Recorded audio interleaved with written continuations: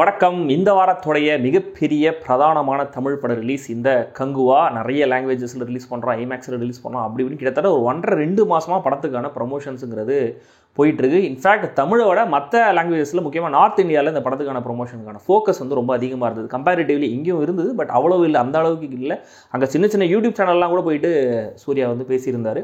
நல்ல விஷயம் தான், ஏன்னா பேன் இண்டியன் ஆடியன்ஸை ரீச் பண்ணோம், நிறைய பட்ஜெட் போட்டிருக்காங்க, ஸோ நிறைய வசூல் பண்ணோம் அப்படிங்கிற டார்கெட்னால, முக்கியமாக புஷ்பா வகுத்து கொடுத்த அந்த பாதை அப்படிங்கிறதுனால மேபி அதை டார்கெட் பண்ணி அவங்க அதை பண்ணியிருக்கலாம். ஆனால் இந்த படத்துக்காக கொடுக்கப்பட்ட பேட்டிகள், இந்த ப்ரமோஷன்ஸ்லாம் எவ்வளோ தூரம் வந்து நம்ம ஊர் ரசிகர்களை வந்து இன்ஃப்ளூயன்ஸ் பண்ணிச்சு, அவங்க என்ன மாதிரி ரியாக்ட் பண்ணாங்க அப்படிங்கிற மாதிரியான விஷயங்கள்லாம் இந்த 2 மாதத்தில் நீங்கள் கவனிச்சிருந்தீங்கன்னா அதை பற்றி தனியாக ஒரு கேஸ் ஸ்டடியே பண்ணலாம். ஏன்னா அது அந்த அளவுக்கு வந்து என்ன சொல்கிறது, ஒரு யூனிக்காக இருந்துச்சுன்னு சொல்லாமல், லைக் எனக்கு அந்த பெர்செப்ஷன் கொஞ்சம் புதுசாக இருந்ததுன்னா சொல்லலாம். ஸோ இவ்வளோ ஹைப்போட ரிலீஸ் ஆகிருக்கிற இந்த கங்குவா எப்படி இருந்ததுங்கிறத தெரிஞ்சுக்கலாம். அதுக்கு முன்னாடி சேனலுக்கு சப்ஸ்கிரைப் பண்ணாதாங்க சப்ஸ்கிரைப் பண்ணுங்கள்.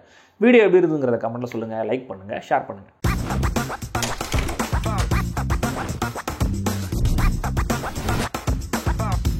கங்குவா. கோவாவில் சூர்யா ஒரு பவுண்டி ஹண்டராக இருக்கார். அதாவது போலீஸால் பிடிக்க முடியாத குற்றவாளிகளை தேடி பிடிச்சி கொடுக்குற ஒரு இன்ஃபார்மர் மாதிரியான ஆள்.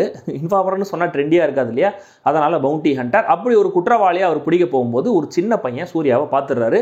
அந்த சின்ன பையன் ரஷ்யாவில் ஒரு லேப்லேருந்து தப்பிச்சு வந்த பையன். அந்த பையன் போகிற இடத்துலலாம் சூர்யாவுடைய முகத்தை டிராயிங் மாதிரி வரைஞ்சி வச்சிடறான். அந்த பையனுக்கு ஏதோ சூப்பர் பவர் இருக்குங்கிற மாதிரி நம்மளுக்கு இம்ப்ளை பண்ணுறாங்க. சூர்யாவுக்கும் அந்த பையனை பார்த்தா என்னமோ ஃபீல் ஆகுது, என்னடா இவனை பார்த்தா ஏதோ ஒரு பூர்வ ஜென்ம பந்தம் இருக்கு போலையே அப்படிங்கிற மாதிரி அவர் நினைக்கிறாரு. அந்த பையனை தேடி ரஷ்யாவில் இருந்து ஒரு பெரும் படையே கிளம்பி வருது. அந்த பையன் யாரு, அவனுக்கு எப்படி இந்த சூப்பர் பவர்லாம் கிடைக்குது, அவன் சூர்யா முகத்தை படமாக வரைஞ்சி வைக்கிறான், சூர்யாவுக்கும் அந்த பையனுக்கும் என்ன கனெக்ஷன், அவனை தேடி வந்து அந்த ரஷ்ய படை ஆறு, இதெல்லாம் தான் இந்த கங்குவா.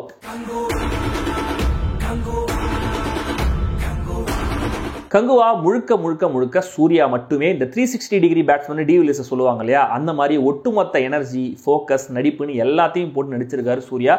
மொத்த படத்தையும் தாங்கி பிடிக்கிறது இவர் மட்டுமே. கடைசியில் அந்த 6 பேக்ஸ் எல்லாம் வச்சு அந்த ஃபைட் பண்ணுறதுலாம் நிஜமே நல்ல ஹீரோயிக்கான மொமெண்ட்ஸ். கண்டிப்பாக ஃப்ளாஷ்பேக் காட்சிகளில் குரல் மட்டும் இல்லை, நடிப்புமே கூட கொஞ்சம் லவுடாக தான் இருக்குது. பட் சூர்யாவுக்கு செட்டிலாகவும் நடிக்க வருங்கிறது நமக்கு தெரியுங்கிறதுனால இந்த இன்டென்ஷனல் லவுட்னஸை கொஞ்சம் நம்ம மன்னிச்சிடலாம். படத்தில் சூர்யாவுக்கு அடுத்து முக்கியமான கேரக்டர்னா அந்த குட்டி பையன் தான். அவர் பேர் கொஞ்சம் தெரியல, சாரி, பட் அவர் ஓகேவான ஒரு பர்ஃபார்மன்ஸை கொடுத்துருக்காரு. மேலும் பாபி டியோல், திஷா பட்டானி, நட்டி, KS ரவிக்குமார், போஸ் வெங்கட், யோகி பாபு, ரெடின் கிங்ஸ்லி, கருணாஸ், கலைராணி, அவினாஷ்னு மற்றும் பலரும் படத்தில் இருக்காங்க. படத்தோட ஓவரால் இறைச்சலை தாண்டி டெக்னிக்கலி நிஜமாவே ஒரு சவுண்டான படம் தான். வெற்றியோடைய சினிமாகிராஃபி அட்டகாசமாக இருந்தது. ஃப்ளாஷ்பேக் போர்ஷன்ஸ் மொத்தமாக காட்டுக்குள்ள தான் நடக்குது. செம்ம எஃபர்ட் போட்டு சிறப்பான அவுட்புட்டை கொடுத்துருக்காரு. படத்துடைய CG ஒர்க்ஸையும் பாராட்டி ஆகணும். சில இடங்களில் மட்டுமே கொஞ்சம் லைட்டாக உறுத்துது, அது கூட பிரசன்ட் டே போர்ஷன்ஸில் தான். ஃப்ளாஷ்பேக்கில் அந்த பிரச்சனையும் இல்லை, நிஜமாவே ரொம்ப நல்ல வகை கொடுத்துருக்காங்க. அண்ட் 3D சொதப்புவாங்கன்னு தான் நினச்சேன், பட் அவ்வளோ மோசம் இல்லை. பெருசாக டெப்த் ஃபீல் பண்ண முடியலனாலுமே கூட இருட்டா இரிட்டேட்டிங்காக இல்லை. முக்கியமாக 3Dயில் இந்த சின்ன பசங்களை குஷிப்படுத்துகிற மாதிரி கண்ணுகிட்ட வர எலிமெண்ட்ஸ்லாம் நிறைய படம் முழுக்க இருக்கு. எல்லாத்தையுமே போஸ்ட் ப்ரொடக்ஷன்ல CGல தான் ஆட் பண்ணியிருக்காங்க. பட் ஸ்டில் அந்த ஏஜ் குரூப் பசங்களுக்கு இது கண்டிப்பாக பிடிக்கும். தேவிஸ்ரீ பிரசாத் இசையில ஆதி நெருப்பே மன்னிப்பு 2 பாடல்கள் கேட்க நல்லா இருந்துச்சு. பட் அதோடைய பிளேஸ்மெண்ட்ஸ் சிங்க்ல இருந்த மாதிரி எனக்கு தோணல. BGM ஓவராலா நீட்டாவே இருக்கு. கேரக்டர்ஸ் எல்லாரும் மாத்தி மாத்தி கத்திக்கிட்டே இருக்காங்க அப்படிங்கிறதுனால என்னவோ DSP கூட சில இடங்கள்ல TNT வெடிக்கிற ரேஞ்சுக்கு பிளாஸ்ட் பண்ணியிருக்காரு. அண்ட் சில மாஸ் மொமெண்ட்ஸ் ஒர்க் ஆக BGM ஒரு முக்கியமான காரணம், அதை மறுக்க முடியாது. மேசிவான ஒரு ப்ரொடக்ஷன் இது. Making wise production designers, costume designers, hair and makeup பண்ணுவாங்க, சவுண்ட் டிசைன், சவுண்ட் மிக்சிங்னு எல்லாருமே பாராட்டப்பட வேண்டிய ஒர்க்கை கொடுத்துருக்காங்க. Very nice. ட்ரெய்லரை பார்த்து என்ன கதைன்னு கெஸ் பண்ணியிருப்போமோ அதே போன ஜென்மம் இந்த ஜென்ம கதை தான். அதில் புதுசாக ஒரு வேர்ல்டு, அந்த வேர்ல்டுக்குன்னு ஒரு தனி லைஃப், கலாச்சாரம், மனிதர்கள், கெட்டப், பேச்சு வழக்குன்னு தன் கிரியேட்டிவிட்டியை காட்டியிருக்காரு இயக்குனர் சிவா. தென் அங்கே கான்ஃப்ளிக்டாக வர விஷயமும் கூட மேலோட்டமாக பார்க்கும்போது ப்ராமிசிங்காகவே இருந்துச்சு. செகண்ட் ஹாஃப்ல ஒரு ஆல் உமன் ஃபைட் சீக்வன்ஸ் ஒன்று வரும். மொத்த படத்துலையுமே எனக்கு ப்ராப்பராக ஒர்க் ஆன ஒரு மாஸ் மொமெண்ட்னா அது இந்த சீக்வன்ஸ் தான். நல்லா பில்டப் பண்ணி ப்ராப்பராகவே எக்ஸிக்யூட் பண்ணியிருந்தாங்க. இந்த சீக்வன்ஸ்லையும் கிளைமேக்ஸ்ல வர இன்டர்கட்ஸ்லையும் எடிட்டர் நிஷாத் யூசுப் கலக்கி இருந்தாரு. தென் ஃபர்ஸ்ட் ஹாஃப்ல கருணாஸ் பத்தின ஒரு சின்ன ரிவீல், அந்த பிளே ஸ்மார்ட்டா இருந்தது. அப்புறம் கிளைமேக்ஸுக்கு கொஞ்சம் முன்னாடி தனி ஆளா நின்று சூர்யா காட்டுக்குள்ள சண்டை போற சீக்வன்ஸ்ல ஐடியாஸ் இன்னும் கூட கொஞ்சம் பெட்டரா ஸ்மார்ட்டா இருந்திருக்கலாம். பட் இது சாத்தியமான்னு யோசிக்க விடாம கன்வின்சிங்காக அதை ஸ்டேஜ் பண்ணியிருந்தாங்க இயக்குனர் சிவாவும் ஸ்டண்ட் டைரக்டர் சுப்ரீம் சுந்தரும். ஒரு டெம்ப்ளேட் கதையை எடுத்துக்கிட்டு அதில் பாசத்தை கோரா வச்சு அதே கடந்த காலத்துக்கும் நிகழ்காலத்துக்கும் கனெக்டாக வச்சு ஆடியன்ஸுக்கு புதுசாக ஒரு அனுபவத்தை கொடுக்கணும்னு ட்ரை பண்ணியிருக்காரு இயக்குனர் சிவா.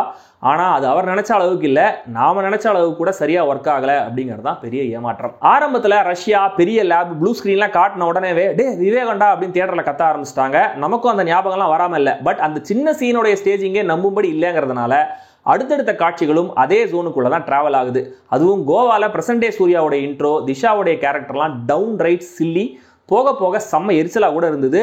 இதுல வாய்ஸ் வேஸ்டட்னு வர டெக்ஸ்ட், ஒவ்வொருத்தரும் யாருன்னு வர நேம் கார்டு, இவங்க பேசிக்கிற வசனங்கள்னு எல்லாமே செம்ம ஆர்டிஃபிஷியலா இருந்துச்சு. யோகி பாபு அடிக்கிற ஒரு சில கவுண்டர்ஸ் நல்லா இருந்தாலுமே கூட அது மட்டுமே பத்தல. KS ரவிக்குமார், திஷா, கோவை சரளா, ரவி ராகவேந்தர்னு எல்லாரும் ஏன் தமிழ் அப்படி பேசுறாங்கிறது புரியல. ஒருவேளை அது காமெடின்னு நினைச்சிருந்தாங்கன்னா அது பெரிய ட்ராஜடி தான். ரஷ்யால இருந்து ட்ரெயின்ல தப்பிக்கிற பையன் எப்படி கோவாவுக்கு வரான், அந்த பையனை பிடிக்க ஹெலிகாப்டர்ல வந்து லேண்ட் ஆகிற டீம் எதுக்காக அவனை ஹெலிகாப்டர்ல இல்லாம ஜீப்ல கூட்டிட்டு போறாங்க. கிளைமேக்ஸ்ல ஒரு மிலிட்டரி கார்கோ ஏர்கிராஃப்டை காமிக்கிறாங்க. அது டேக் ஆஃப் ஆகும்போது எப்படி பின்னாடி ஓபன் பண்ணியே டேக் ஆஃப் ஆகுதுன்னு சினிமேட்டிக் லிபர்ட்டிஸை கொஞ்சம் எக்கச்சக்கமாவே எடுத்திருக்காங்க.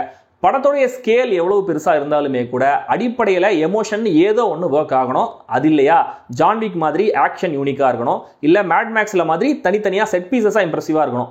அதுக்கான பில்டப் மொமெண்ட்ஸ் எல்லாம் சரியா கிரியேட் ஆகணும். இது எல்லாமே கங்குவால இருக்கு, பட் பெயரளவில் மட்டுமே இருக்கு.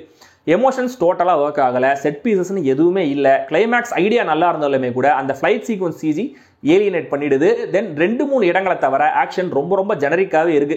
இன்ஃபேக்ட் குரூப்பா சண்டை போடுற சீன்ஸ்லாம் சூர்யாவை தவிர யார் நல்லவங்க யார் கெட்டவங்க யார் அடிக்கிறாங்கன்னே புரிய மாட்டேங்குது. சூர்யா தன்னுடைய நடிப்பு மூலமா நம்மளை கன்வின்ஸ் பண்ண ட்ரை பண்ணாலுமே கூட ரைட்டிங்கா 2 போர்ஷன்ஸ்லயுமே அவர் கேரக்டர் அவ்வளவு அழுத்தமா இல்லை.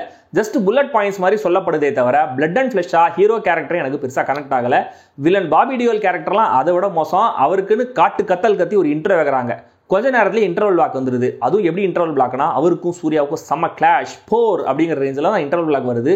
வில்லன் யாருங்கிறதே நம்மளுக்கு சரியா ரெஜிஸ்டர் ஆகல, அவருக்கும் இவருக்கும் என்ன பகனே நம்மளுக்கு புரியல. அப்புறம் எப்படி இந்த இன்டர்வல் பில்டப் மட்டும் நம்மளுக்கு ஒர்க் ஆகும்? இதுல கூடுதலா செகண்ட் பார்ட்டுக்கு லீடு வச்சு இன்னும் பெரிய வில்லன் ஒரு கேரக்டரை கடைசியில கேமியோல கொண்டு வராங்க. அதெல்லாம் இந்த ரோலக்ஸோட சைட் எஃபெக்ட்ஸ் மாதிரி தான் தெரிஞ்சுது. பிரதானமா 2 கேரக்டர்ஸ் பத்தி மட்டும் தான் நான் சொல்லியிருக்கேன். அப்ப மற்ற கேரக்டரோட ரைட்டிங்லாம் எந்த லெவலில் இருக்குங்கிறத உங்களுடைய கற்பனைக்கு விட்டுறேன். நிறைய மாஸ் மொமெண்ட்ஸ் யோசிச்சு வச்சிருந்தாலுமே கூட எல்லாம் தனித்தனியா துண்டு துண்டா இருக்கு. ஆர்கானிக்கா ஒரு ஃப்ளோவே இல்லாத மாதிரி தான் எனக்கு இருந்தது. ஆதி நெருப்பே பாட்டு ஒரு மாஸ் மொமெண்ட் மாதிரி ஒர்க் ஆக வேண்டியதுதான், பட் ஒர்க் ஆகல. பிளாட்டா இருக்கு. எதிர்கொள்வோம் எதிரிக்கொள்வோம் டயலாக் ஒரு மாஸ் மொமெண்ட், ஆனா அது ஒர்க் ஆகல. முதலையை வச்சு வர அந்த மொத்த ஃபைட்டுமே கூட மாஸ் மொமெண்டா நினைச்சுதான் வைக்கப்பட்டிருக்கு. பட் திடீர்னு ஏன் இங்க ஒரு முதல்ல கூட சண்டை வருதுங்கிற கேள்வியை மைண்ட்ல ஓடிட்டு இருக்குங்கிறதுனால அந்த சண்டையும் எனக்கு ஒர்க் ஆகல. மொத்தத்துல இந்த கங்குவா ஒரு சில நல்ல ஐடியாஸ் மட்டுமே இருக்கிற சுமாரான ஒரு படம். டயரிங் வாட்ச்னு கூட சொல்லலாம். குடும்பங்கள் கொண்டாடும் வெற்றியா, 2K கிட்ஸின் வேற லெவல் தியேட்ரிக்கல் எக்ஸ்பீரியன்ஸா, பெண்களின் பாச மழையில் நனையும் படமான்னு எல்லாத்தையும் நீங்களே முடிவு பண்ணிக்கோங்க. என்னை பொறுத்த வரைக்கும் ஒரு வேஸ்டட் ஆப்பர்ச்சுனிட்டி, அவ்வளவே. பெரிய எதிர்பார்ப்பு இல்லாம ஜெனரிக்கான சத்தமான ஹீரோயிசம் இருக்கிற நல்ல ப்ரொடக்ஷன் வேல்யூஸ் இருக்கிற படங்கள் பிடிக்கும் அப்படின்னு சொல்றாங்க. ட்ரை பண்ணுங்க. 3Dல பார்த்தாலும் பெரிய குத்தம் இல்லை. அட்லீஸ்ட் அந்த கிம்மிக்காவது உங்களை எங்கேஜ் பண்ணலாம். அண்ட் படத்தோடைய அந்த வால்யூம், டெசிபல் லெவல், ரத்தம் தெறிக்க தெறிக்க வயலன்ஸ் உள்ளிட்ட காரணங்களுக்காக என் பார்வையில் இது கண்டிப்பா குழந்தைகளுக்கான படம் இல்லை.